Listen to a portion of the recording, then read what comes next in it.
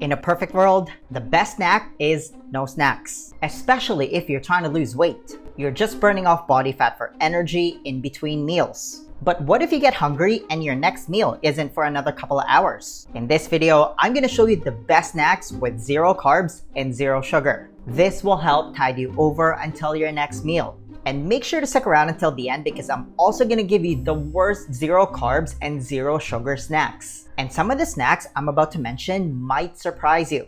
But let's talk a little criteria for this to make sense. The perfect zero carb and zero sugar snacks are low in calories, but high in protein, fat, and or fiber to activate satiety and turn off your cravings. You also want to keep your snacks to a couple hundred calories at most, especially if you're trying to lose weight. With that in mind, let's start with the ultimate low-carb snack, hard-boiled eggs. Hard-boiled eggs are the perfect zero-carb and zero-sugar snack because it's packed with healthy fats, protein, all found in a nice little oval portable package. Amazing! It's like nature designed it to be the perfect zero-carb and zero-sugar snack. It's the original protein bar or protein ball, I guess. One large hard-boiled egg only has 78 calories but comes with 5.3 grams of fat, 6.3 grams of protein, and basically zero carbs and zero sugar. Again, the perfect snack. The secret to make it convenient is to batch cook 10 to 12 eggs at a time and bring a couple with you if you know you're gonna need a snack, like let's say you're going for a hike.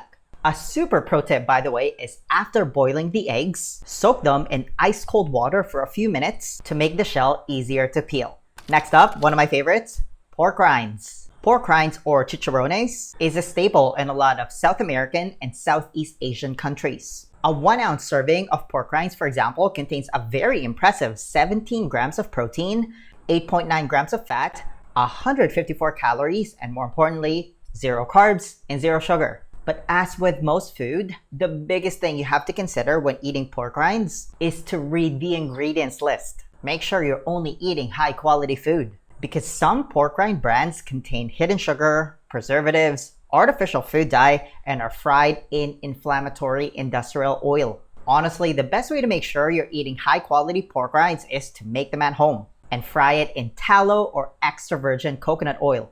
Next up is deli meat. Deli meat like turkey, ham, and prosciutto are great zero carb and high protein snacks. 3 ounces of deli ham, for example, only has 84 calories but contains 14.4 grams of protein. That will definitely help tide you over until your next meal. Just make sure to avoid maple or brown sugar glazed deli meat options because that will obviously have sugar in it. Next, let's talk about cheese. The best quality cheese is raw cheese if you can find it. It's the traditional way of making cheese using unpasteurized milk. Raw cheese has more vitamins, minerals, enzymes, antimicrobials, and immunoglobulins. Those compounds make raw cheese healthier and easier to digest. You can also snack on other types of cheese like goat cheese, brie, blue cheese, or Parmesan cheese. An ounce of goat cheese, for example, has 75 calories, 6 grams of fat, 5.3 grams of protein, as well as zero carbs and zero sugar. And then you want to avoid ultra-processed cheese like canned or spray cheese. That's not real food.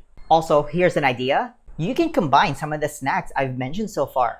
Deli meat with hard-boiled eggs and cheese sounds absolutely delicious. It could even be a standalone meal. Now, if you find yourself at a gas station and you're in a pinch, a great zero carb and zero sugar snack is beef jerky. Same concept as pork rinds though. You have to read the nutrition label because a lot of beef jerky brands contain sugar and preservatives. Another zero carb and zero sugar gas station snack is canned fish. 1 can of tuna, for example, can even be a meal on its own because it contains a mind-blowing 41 grams of protein and only 220 calories. Amazing! And while we're in the topic of animal products, don't forget that you can also just pack a piece of steak or chicken breast in a glass container. A 3 ounce chicken breast portion, for example, only has 140 calories with 26 grams of protein. Talk about a low-calorie, high-satiety snack. Next, let's talk about nuts. Nuts contain protein, fat, and some fiber. As always, quality matters. You want to avoid nuts that are roasted in cheap inflammatory oil.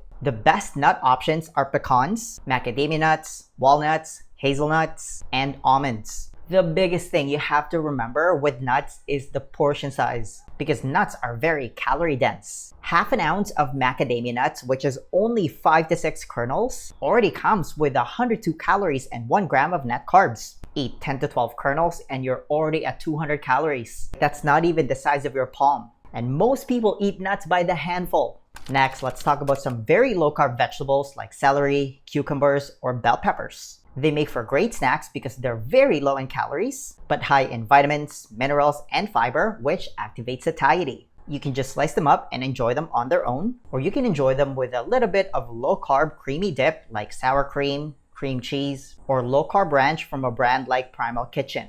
And while low-carb vegetables are low in calories, 5 ounces of sliced cucumber, which is the size of a small cucumber, only has 21 calories with just over 4 grams of net carbs. Amazing.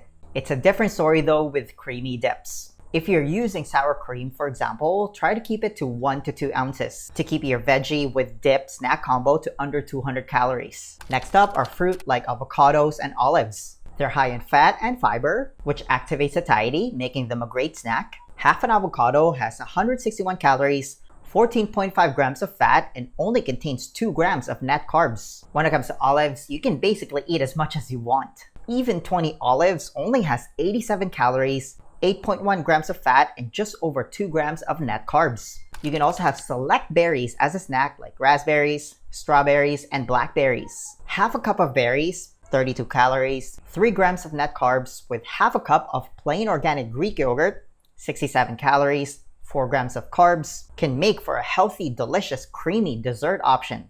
Next up is one of my personal favorites, 80% or higher cacao dark chocolate. What makes dark chocolate a viable zero carb and zero sugar snack option is that 1 or 2 squares is all you need. Just put 1 square in your mouth and let your body temperature melt it, and I promise you it turns into an unbelievably pleasurable experience. It makes for the perfect dessert. And the higher the cacao percentage, the less sugar the chocolate contains. A happy medium for me is 85% cacao.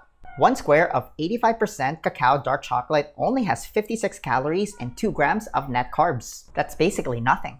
Again, the biggest thing you have to remember with all the snacks I've mentioned so far is the portion size. Except for eggs and vegetables, it's possible to overconsume some of these snacks, especially nuts, making you gain weight in the process. Now, just as important, let's talk about the worst zero carb and zero sugar snacks. You might even be guilty of eating some of these right now. Obviously, you want to stay away from ultra-processed snacks that are high in both carbs and fat like chips, cookies, crackers, protein bars, ice cream, and the likes. But what about the use of artificial sweeteners like stevia to make zero sugar dessert? Or drinking zero sugar and zero calorie drinks like diet soda and stevia sweetened drinks? Hang tight because things are about to get bumpy. This is one of the biggest reasons why some people struggle to lose weight. It sounds promising. You can have something that's even sweeter than sugar, guilt-free, because it's 0 calories and 0 sugar. The health halo then gets attached to it, which often leads to overconsumption.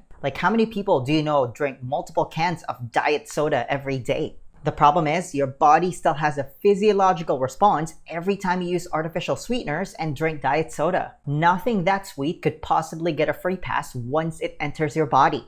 The reality is artificial sweeteners, which is what's used to make these snacks and drinks zero sugar, is often linked to obesity because it negatively impacts your gut microbiome. This Northern Manhattan study, for example, shows diet soft drink consumption is associated with a 43% increase in risk of vascular events like strokes and heart attacks in people drinking diet soda. This Oxford study shows a significant association between sugar and artificially sweetened soda consumption and obesity. That's not a good thing. And I hate to break it to you, stevia and other natural sweeteners like monk fruit, for example, aren't any better. I know.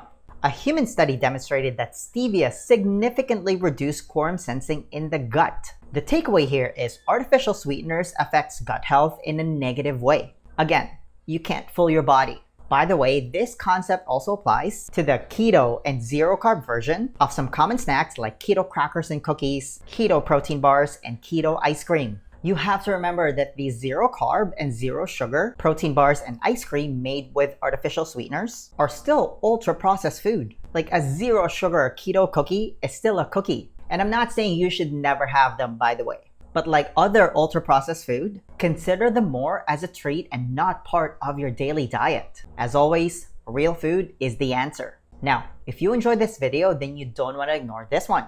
I'll see you there.